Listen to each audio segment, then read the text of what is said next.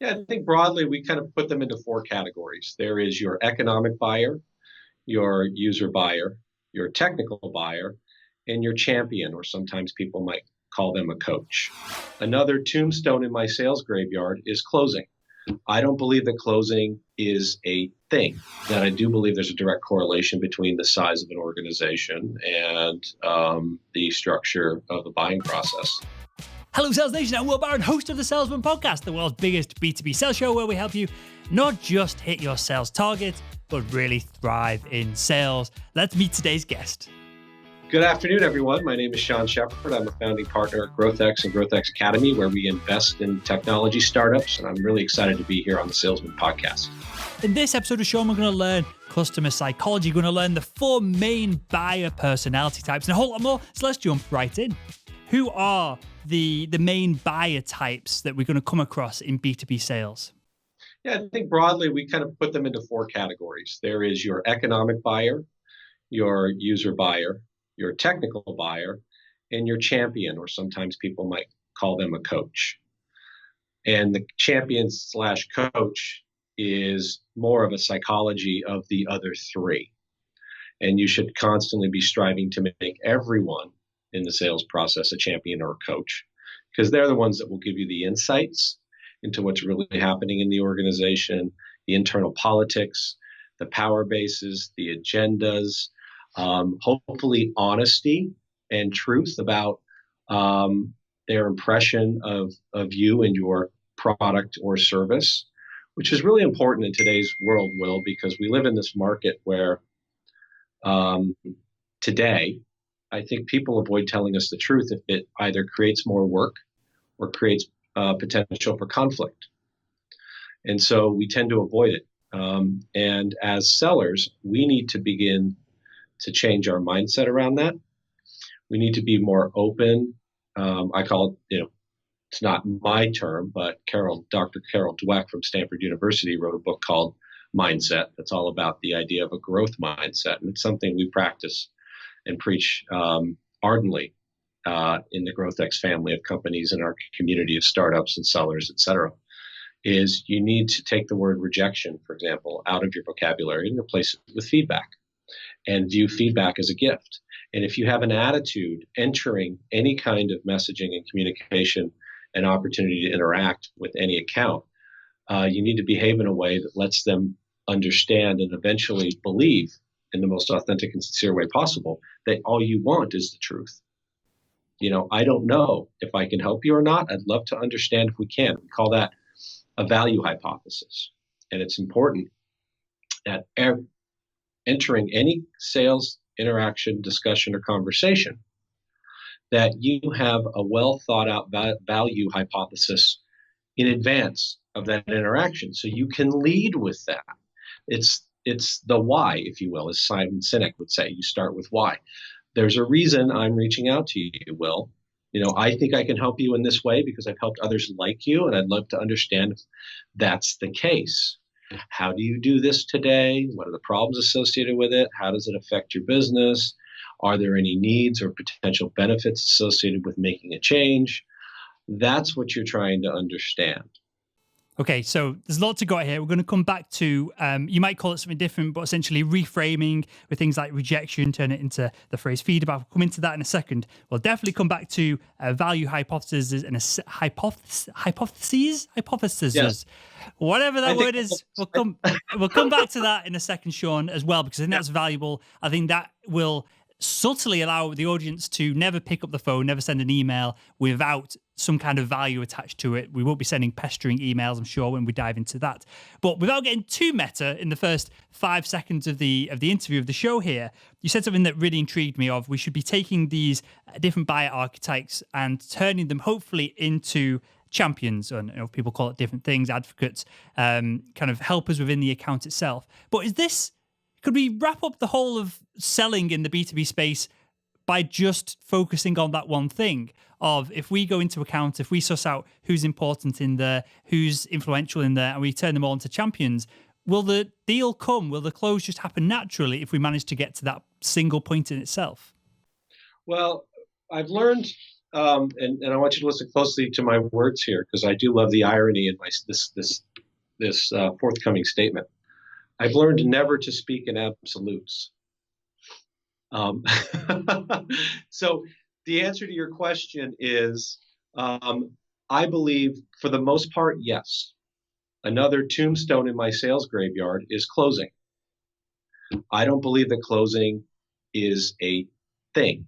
I believe it's a byproduct of being fully immersed in helping others get what they want. And it will happen as a result of that. And in due course, if you're fully immersed in creating champions out of every influencer in the average enterprise sale, and I think you know this, and probably others have cited a similar statistic, we're close to 7 buyers or 7 influencers in every enterprise sale today on average. So you have to map that account. You have to understand the buyer types. You have to understand what each one of them care about. You need to understand how they're measured, which is the key component to constructing a value hypothesis. Because each of those 7 people might be measured differently and care about different things. And there's nothing wrong with asking them what they care about. What role do they play in this process? Who else is involved? How do they make decisions? That's how you construct and map an account broadly. And then you go from that champion, if you will, to the 3 functional types of buyers to finish the original question. Because I have a feeling you and I will go off for hours. 9,000 directions if I'm not careful, because I have the same passion for this as you do. So the other 3 buyer types are the economic buyer, the user buyer, and the technical buyer. Let's start with my favorite, the user buyer.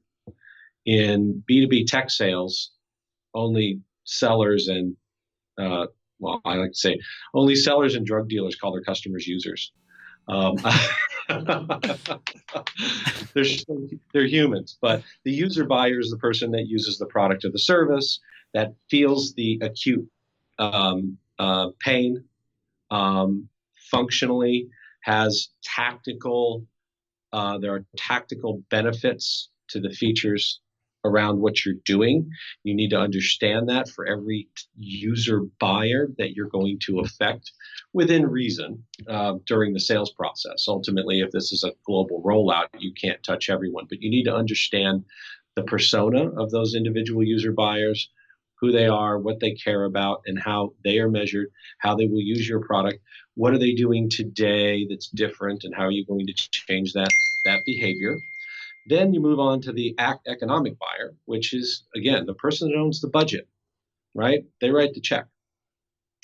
Oftentimes, there's only really ultimately one of those people, even though you might be misled to believe there are more than one.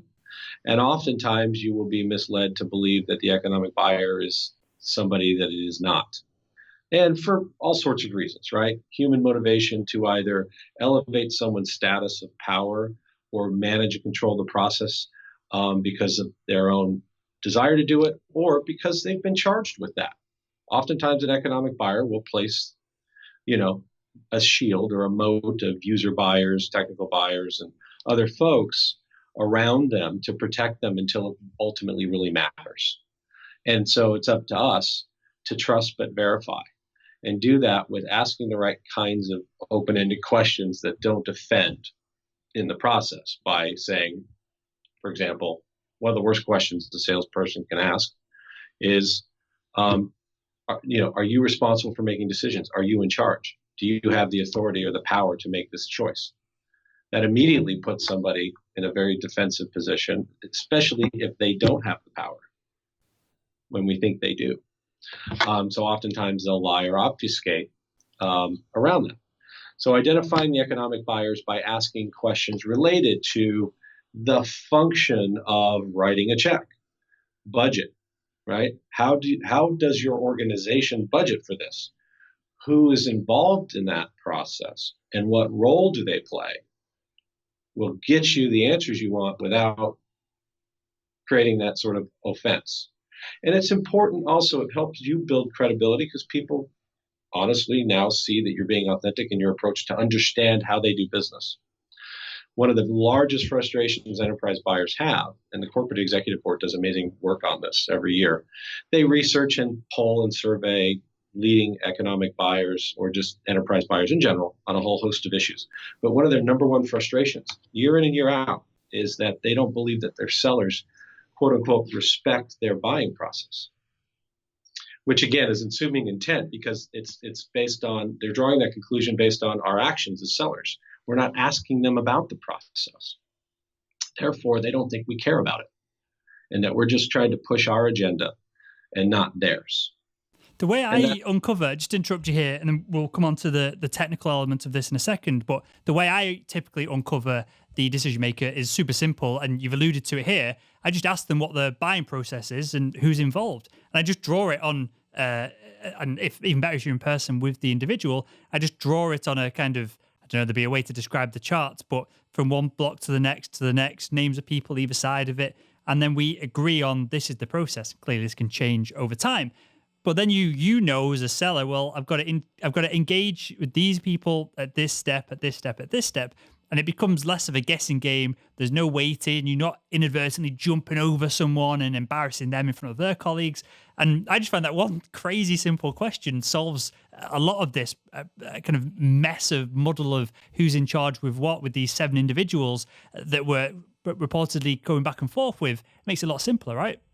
Absolutely. And, the more we do this, people like you and I who spend a large amount of our lives consumed by thinking about these things, the more I do this, the simpler I make it, right?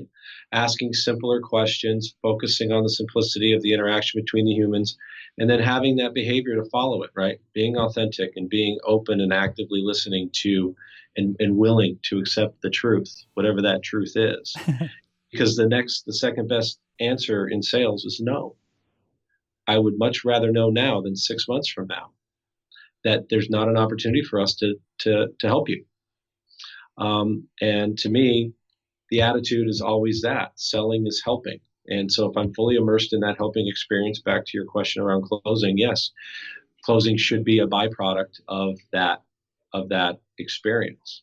And I don't know if there's any data, so I'm interrupting you here, I'm sorry, but I don't know if there's any data you might be able to help on this of the percentage of people who don't know what the heck their buying process is either, because I sell the ad space on the podcast. We do multiple kind of 6 figures of ad sales each year, and I do most of it. There's an ad agency now that's helping with some of this process, so I can go off and do other projects, but there's many companies within kind of your world, the Silicon Valley tech space, the SaaS companies that do sales enablement software and Salesforce, HubSpot, all these different companies.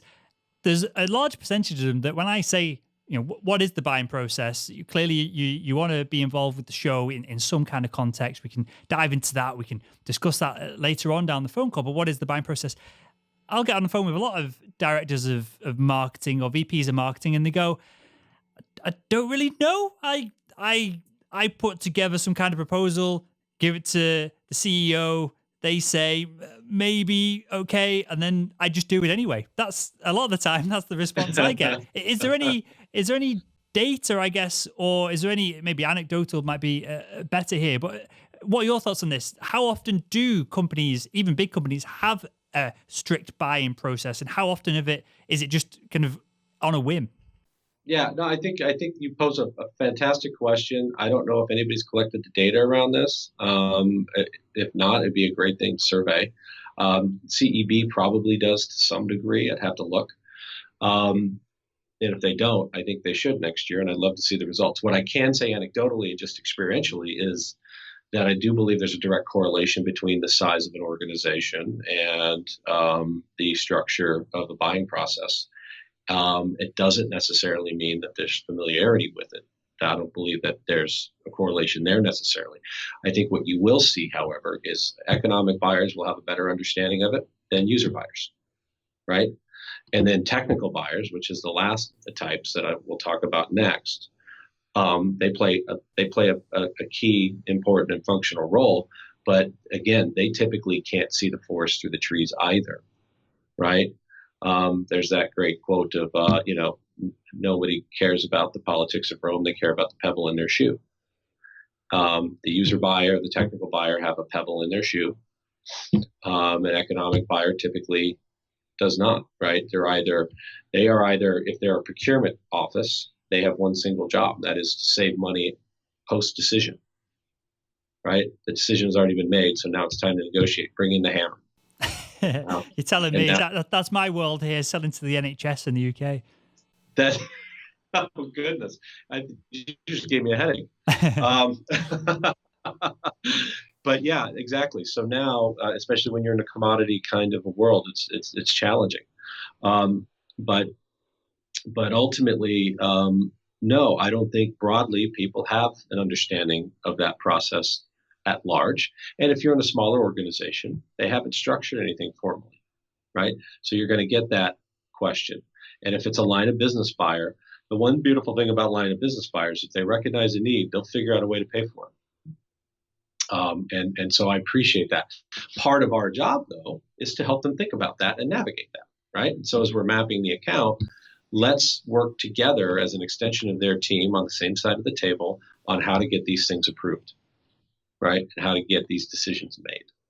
But that technical buyer, ultimately, this is my favorite one to talk about because especially in technology or compliance-driven sales. And again, you have to believe what I believe about there's only 5 reasons anybody buys.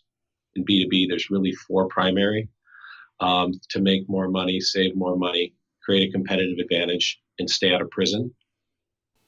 That's my joking one, but it's compliant, risk, liability, right? And then the 5th one is an emotion, right? Much broader in consumers, but there are negative emotions that you want to turn into positive emotions, typically with user buyers. And you're feeling those frustrations and the pains, et cetera, right? And you're uncovering those things and just calling them out, because if you place a label on them, you can address them, right? But the technical buyer is not someone who has the power to say yes, but they do have the power to say no, which is very interesting in and of itself, right? And they're not often identified early enough in the process, and they're not given the respect that they want and need, and they certainly aren't let's see, I would say managed. I wouldn't say sold to, but managed appropriately. Technical buyers don't want to be sold. They don't want fluff or hyperbole. They want data. They just want facts. They want specification sheets. They want white papers. They want compliance information. They want API information. They want to know that your systems will work with theirs without creating problems. They're there to assess the risk of doing business with you. And typically, we don't find out about them oftentimes until we're near the end of that process. What we should be doing is finding out who they are immediately and then starting to deliver them the content that they want and putting them on a pedestal, showing them respect. Oftentimes, these people have chips on their shoulders because they've been lied to or disrespected by salespeople in the past. Maybe they were thrown in trash cans by us in high school. They are typically introverts. They're not socially as adept as we are, and they already have a preconceived notion about what salespeople are, what they do, and have a very cynical and skeptical sort of attitude towards us. So we have to get out there and do what I call hug the elephant, right? The elephant in the room, the big elephant in the corner that says, yeah, I know you don't like me, Mr. Technical Buyer, Miss Technical Buyer, because I represent everything you dislike about sales and sales professionals, et cetera. Which gets me into my whole myth of a salesman conversation, right? Because we have society has 150 years of painting us in a negative light. And then that's perpetuated by poorly trained transactional salespeople in retail environments. Mm-hmm. When we walk into a mattress store or a car lot, and we're treated in a certain way, and then we think that's just what sales is, when in fact it's the greatest profession in the world. And it should be elevated to its rightful place in society, along being an engineer or a doctor or, well, not a lawyer, or an accountant. But you get my point, right? So with the technical buyer, we need to identify them soon, give them the information they need, and assure them, resolve their concerns, if you will, around can our product or service work within their rules in construction? Let's paint a real clear picture here in the minds of the audience. My background is medical device sales, and I think this fits very perfectly with the archetypes that we're describing here. So if we look at Sam, the shark here on the desk is the new studio shark. He is, you wouldn't guess this, but he's an absolute killer B2B medical device salesperson. He sells endoscopes like I used to, Sean. So Sam here goes into an account, right? Who are the people in the account that match these archetypes? And then I want to dive into how should Sam communicate with them?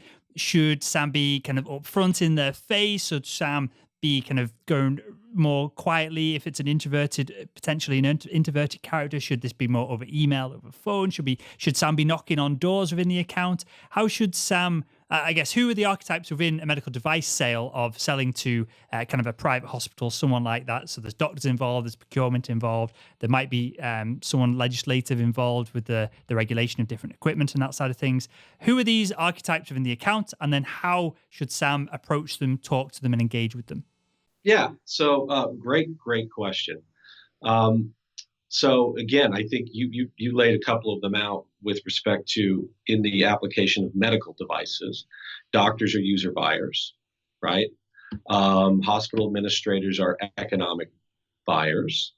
Nurses are user buyers and influencers. The facilities person or managers are potentially technical buyers. Compliance officers are technical buyers. Legal, technical buyers. You have all those different levels of hierarchy inside of let's say a hospital system.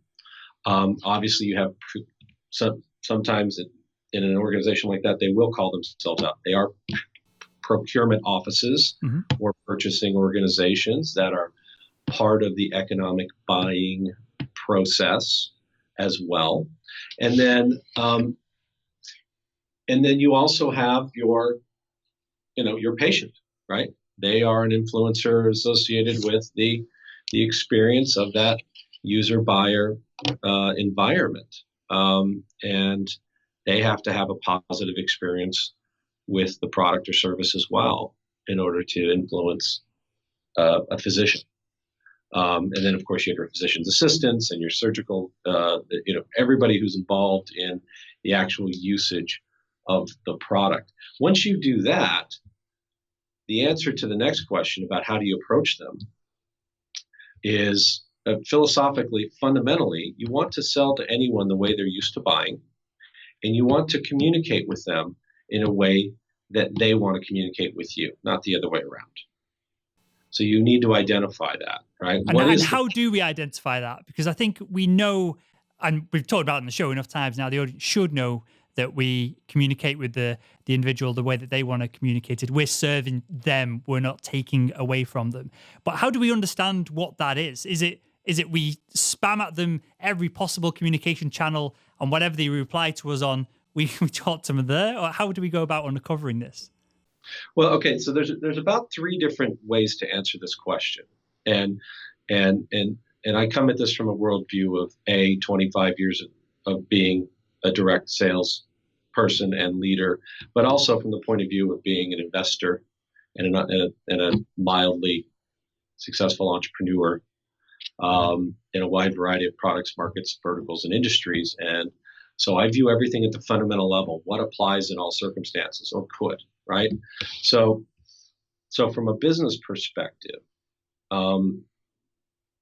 you have to understand the unit economics of your business model first. Like, what can I afford to do? So if I'm selling a high value medical device, my sales cycles are longer, my touch points are more often, and they need to be higher touch. Therefore, my costs are greater. So am I going to use email to try and reach doctors and administrators, or am I going to show up in the hospital? Or am I going to host lunch and learns? Or am I going to do conferences and events? Am I going to take a referral approach? I mean, we're talking about a lot of different ways to fill the top of your funnel. with different kinds of leads, or inbound and outbound both. If I'm a lower cost product, I may not be afforded the opportunity to take that high touch approach, right? So there's a business requirement that needs to be taken into account. Then there's also my experience, right? So you've been in med device sales all these years. You intuitively, instinctually, and again, data driven, of course, will know the best way to reach a certain kind of person in a certain kind of scenario based on a certain circumstance. And there are also other ways to do that. So you'll apply what you've learned initially, and hopefully you'll be iterative and data driven. And based on what you learn in real time from that feedback loop, you're going to change and update and revise your approach. And then lastly, I would say fundamentally the same thing you said earlier when trying to figure out how people buy. Ask the question, right? Open with that initial, open with that statement of, I want to work with you in the way that is best for you, right? How do I do that? What is the best way to connect? What is the best way to converse? What is the best way to interact? What is the best way to learn together? If we can work together and should work together, and then if so, how? What does that look like? And what's involved? And obtain those commitments to those next steps and constantly work your way through that. There's nothing wrong with being honest about those things. It's natural for traditional fixed mindset sales professionals and the people that manage them and drive them and support them, or sometimes just push them, to be afraid to ask questions that gets them a truth they don't want to hear, right? So they'll avoid it.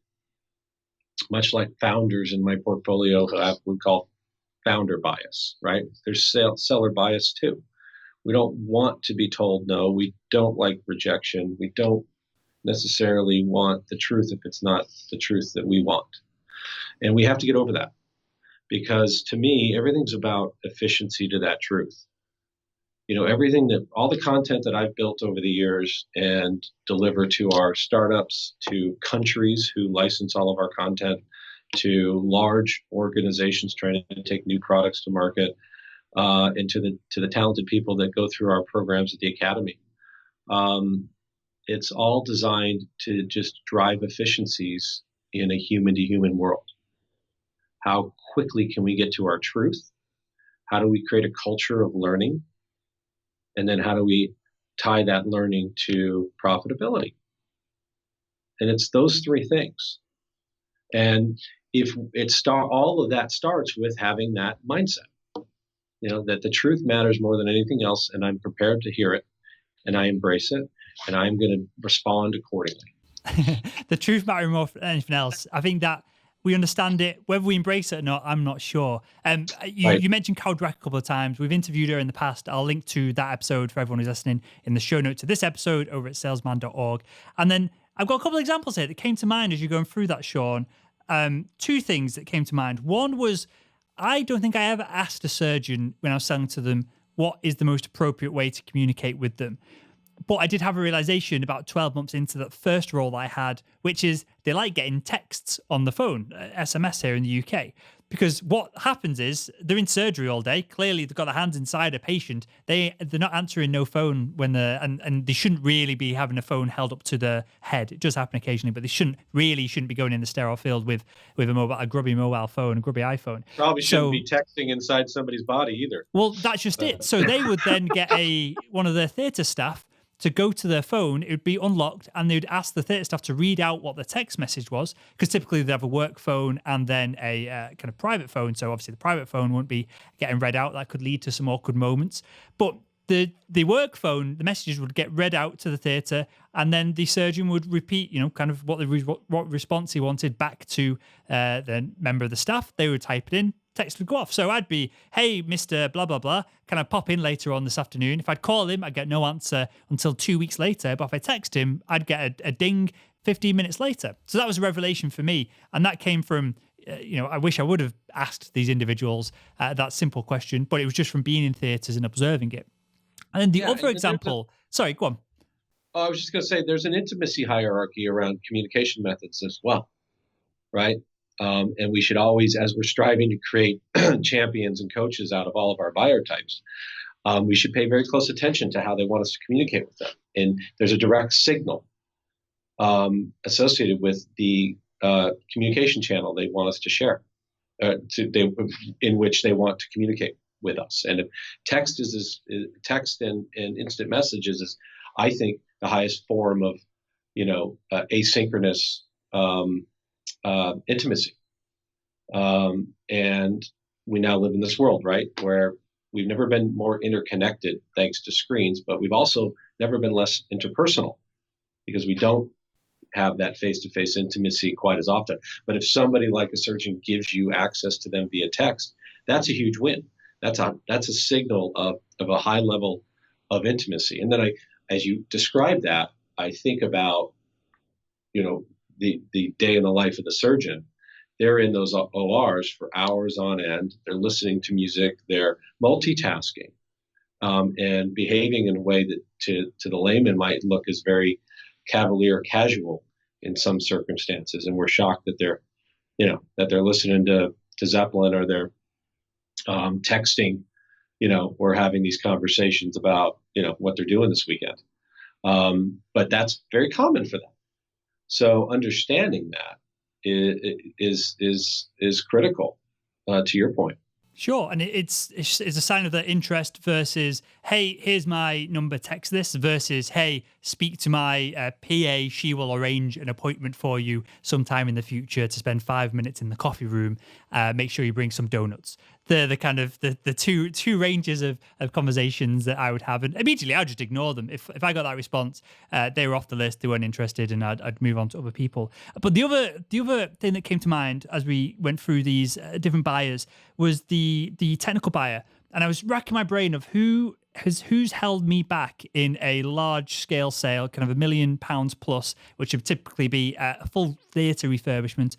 And the one individual or group that came to mind that no one ever spent any time with, and this got their backs up, which is almost pushed them towards being pains in the arses when any project was getting to that kind of scale, was the IT department. Because there's all kinds of, in medical devices, clear regulation of patient data, patient notes, images, where they should go, where they shouldn't. Surgeons typically just stick it on a USB drive into the camera systems I would sell and take it home. There'd be no data trackable.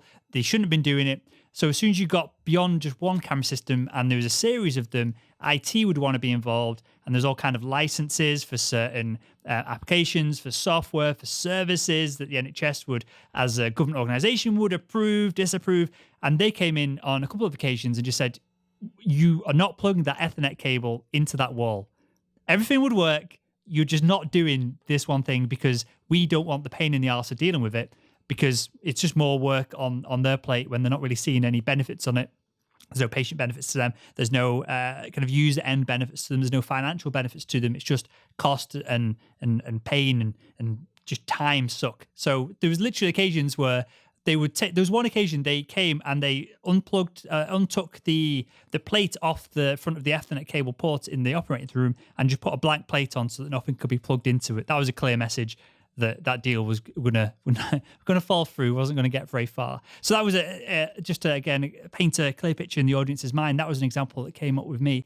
And I want to wrap up here, Sean, with two things that we started off with the show with, and I don't want to kind of, because we can talk about this all day, that I don't want to miss out on. Two things. One, reframing. Very quickly, just explain what this is. You might have another way to describe it, but you use the example of, rather than use the word rejection, using the word feedback. And this is a mindset piece for the audience, and hopefully it can change some of their thoughts on perhaps some of the negative activities or the seemingly negative activities and responses that they get every single day. Yeah, I think it starts with the premise that the greatest obstacle we all face is ourselves.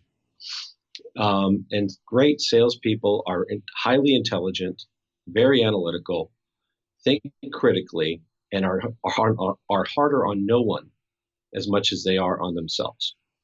And I have a very good friend that really opened my eyes to this. He's the dean of psychology at the University of California, San Francisco, and the head of the PTSD wing of the Department of Veteran Affairs in California, Dr. John McQuaid. Give him all the credit in the world. And he wrote a book on negative self-talk. And he said, Sean, Think about it. Would you ever talk to another human the way that you talk to yourself inside your own head when you're down on yourself? And it changed my world. No, I mean, we are so mean to ourselves. We are so hard on ourselves, right? So recognizing that and understanding and catching yourself, being mindful, self-aware in the moment about the way that we talk to ourselves or the way that we construct things in our minds using what's called leaping, which is one of the natural brain activities that can hurt anyone, right? So you start with that. What is and leaping? Then jumping to conclusions, right, of any sort, with no data or basis. Because the person didn't respond to my message or my text or like my post on Facebook, therefore they hate me, right? That's the kind of thing that we do. That's the dangerous addiction of this asynchronous social media stuff. But it's also the same thing with asynchronous interaction in sales and relying on screens and technology too much as a crutch, but also in our own minds, creating scenarios that just never come to fruition, or so rarely that why are we even creating it? And one of my favorite sayings about that is we tend to find what we focus on, right? And if we can focus on the right shit, not the wrong shit, as my dad always used to say, you're focusing on the wrong shit. 25 years I heard that. Now at 45 years old, I know exactly what he means. And so that's the start of it. So that begins the reframing.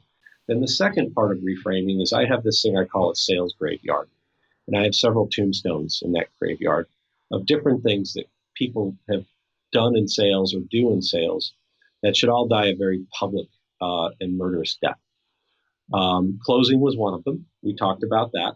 It's not a tactic or a manipulation. It's a byproduct of being fully immersed in helping people. Rejection was another. Another is objection handling. I don't believe that buyers have objections. I believe that they have concerns. And those concerns need to be identified. They need to be labeled. They need to be addressed and ultimately resolved for anyone to make a decision. Objections come when sellers offer up solutions or services or products too soon in the process, before the other parties are there. Just because you and I know that this person needs this stethoscope or this, whatever thingy, kaleidoscope that you're selling, doesn't mean that they know that they need it. And so they have to get there on their own. I mean, we help them, right? We reframe it, but we reframe the whole thing in a way that says that they have a process. We have to align our process to theirs. We have to find what these checkpoints are. We have to know how to measure it at every step and stage. Because again, most of the stuff is offline. It's analog, not digital, right? We are not growth hackers sitting there watching user clicks and heat maps on a web page, trying to determine whether or not people are buying our stuff. This is live interaction. Got to collect the data, and we need to do that. And then, and so we have to resolve those concerns. And so the reframing comes into construct that initial value hypothesis. Ultimately, I believe that my job in sales is to help others be successful. It's that simple. If I can help them be successful, I will gain success from that. I think it's just a general life rule anyway. So what does success look like for that person? How do we find it? And how do we execute on it? And sorry to interrupt, what does a value hypothesis, as you're describing here, how does that look for Sam, who's selling a medical device to a surgeon, an endoscope or something like that? How does that look? What should his hypothesis be? Should there be more than one of them? And how does that then, the conversation go, and we'll wrap up with this, Sean, how does the conversation then go with the surgeon when we're trying to validate that hypothesis or prove it wrong? Yeah, so every user, buyer, and type needs to be assessed to understand potentially that they can have one or more value hypothesis constructed for each one of them, and they need to be validated through the course of conversation with that buyer. So in the instance of the surgeon, the first thing is, what is value, right? Value is quantifiable. Okay, there's a difference between selling propositions and value propositions. Selling propositions tell me what you do. Value propositions tell me what you do for me. And there's a difference, a big difference. I like to use the whole drill bit story of I go to Home Depot to buy a quarter-inch drill bit. I don't buy it because I want a quarter-inch drill bit or even because I want a quarter-inch hole in the wall. I buy it because my wife wants me to hang a picture, and I want my wife to be happy because happy wife, happy life. And so I understand that now, 25 years later, but there's always a net benefit or end result. That's what we have to arrive at. So what does that endoscope do for the surgeon? And then how do we quantify it? Okay, so we have to look deeply into understanding how a surgeon is measured and then their perception of those measurements. Are they measured by customer satisfaction? Are they measured by fatality rates? Are they measured by time to OR time, like how quickly they can get people in and out? Are they measured by, all those things are different metrics by which they're measured. We have to figure out the metrics that matter for each individual buyer type, construct a value hypothesis around each one of them, present them to that person, and ask them to tell us if that's true. So could it look like this? This endoscope has better optics than what you used to. It'll allow you to be, there's two elements of this, more accurate with your procedure, and then it should allow you to do your procedure quicker. So you've got better patient outcomes and then more throughput through theaters. Would we outline this to a potential surgeon and then say, hey, does that align with your goals? Does that make sense with you? Is that how we should frame this up? So I'm glad you said exactly what you said in the order in which you said it, because this is really important. One of the biggest friction points in the funnel is market messaging, and market messaging friction comes from offering up selling propositions before value propositions. So let's just deconstruct what you said. This scope has a thingamajigger on it, which then makes it better at this, this, and this, right? You led with a selling prop, Will, and then you followed with a value prop, okay? Now that works, but what works better is leading with the value prop and then showing how the value prop works by delivering the features. So flip it. This can help you better deliver this because of this, right? And the reason is that we now live again in a world where you've got 7-8 seconds to get somebody's attention. Your response rates will go up if you lead with value and then follow with the selling prop. You'll always get to the how. We'll always get to the detail. And this is part of the systemic problem with the way we train sales professionals too. We train the majority, and I've done some anecdotal research on this, and I'm probably going to commission a whole study around it. But what percentage of corporate sales training is focused on product and company? And it's over 2/3, when it should be 2/3 on how to talk to humans, right? And we get to the rest of it. We have 200 portfolio companies across a wide variety of products, markets, and verticals. I don't know shit about most of what they're selling, but I know how to find out, and I know how to have a conversation, and we teach them how to solve other people's problems. It's not about the product. Nobody gives a shit about our products. It's about their problems, and if your product your product helps them solve their problem, fantastic.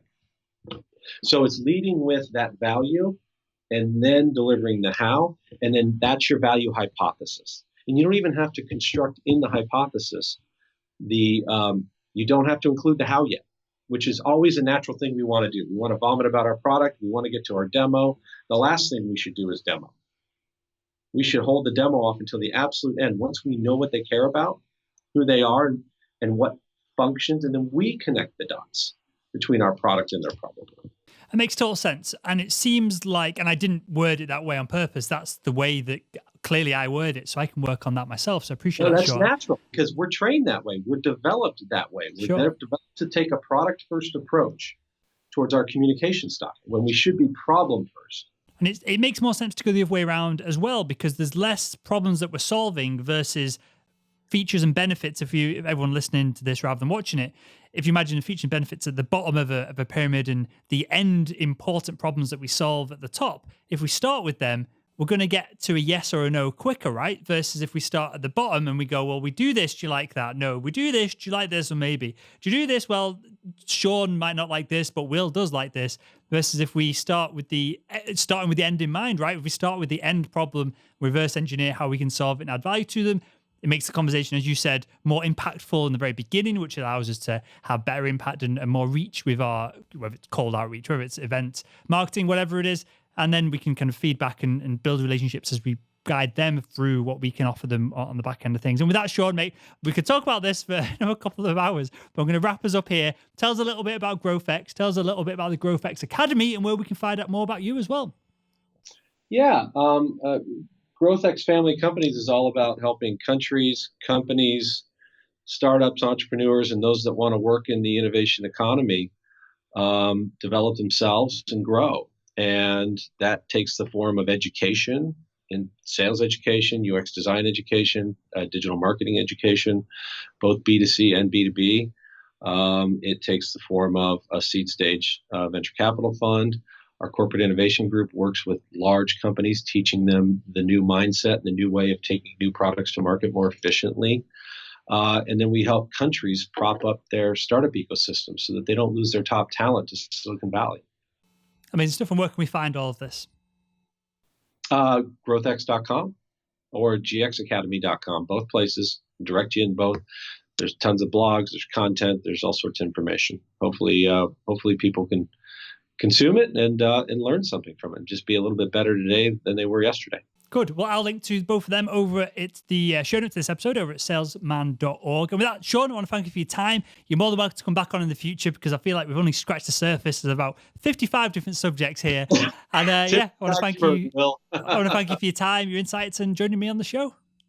Thank you, Will. I'm happy to be here, and I've been looking forward to this for a long time, and it turned out exceeded all of my expectations, and I hope to do it again soon.